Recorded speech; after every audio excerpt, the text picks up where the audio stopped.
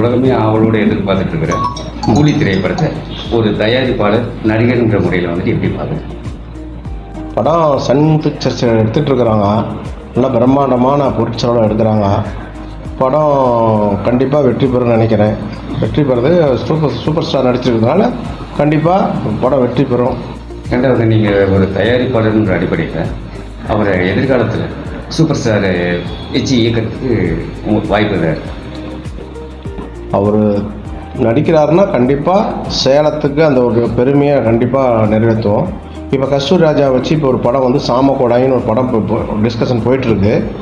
அவர் date கொடுத்தாருன்னா கண்டிப்பாக அவரை வச்சு தயாரிப்பு பண்ணுறதுக்கு இதாக இருக்கும். சேலத்தினுடைய பெருமை கொஞ்சம் நல்லாயிருக்கும். பெருமையாக சேலத்திற்கு பெருமை அது மாதிரி ரஜினியை வச்சு இயக்குனாங்க தயாரித்தாங்கிறது ஒரு பெருமையாக இருக்கும். கண்டிப்பாக நாங்கள் செய்வோம். கொஞ்சம் கொஞ்சமாக தான் நாங்கள் வளர்ந்துட்டு வர முடியும். அவர் நேரடியாக எடுத்தோடனே அவர் வருவாரான்றது தெரியல. ஆனால் வந்தார்னா கண்டிப்பாக நாங்கள் தயாரிப்போம். இப்போ இந்த கஸ்தூரி ராஜா வச்சு இயக்கிற படம் எப்போ ஸ்டார்ட் பண்ண போகிறீங்க? அது அடுத்த மாதம் ஸ்டார்ட் பண்ணுறோம். ஒரு மாதம் 2 மாதத்தில் டிஸ்கஷன் போயிட்டுருக்கு.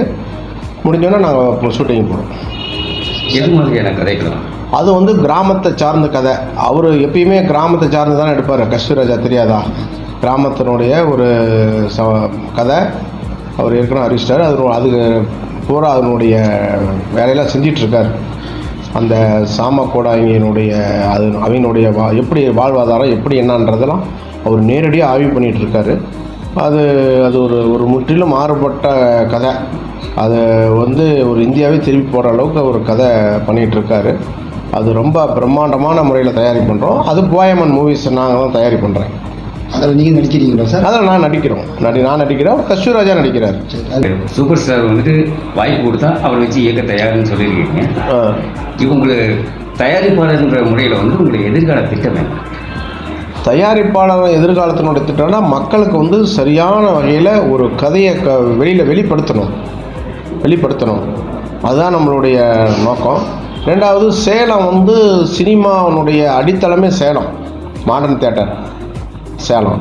நிறைய பேர் சேலத்துலேருந்து போய் ஜெயிக்கிறாங்கன்னா ஜெயிக்க முடியல, அப்படியே இதாகிடுறாங்க.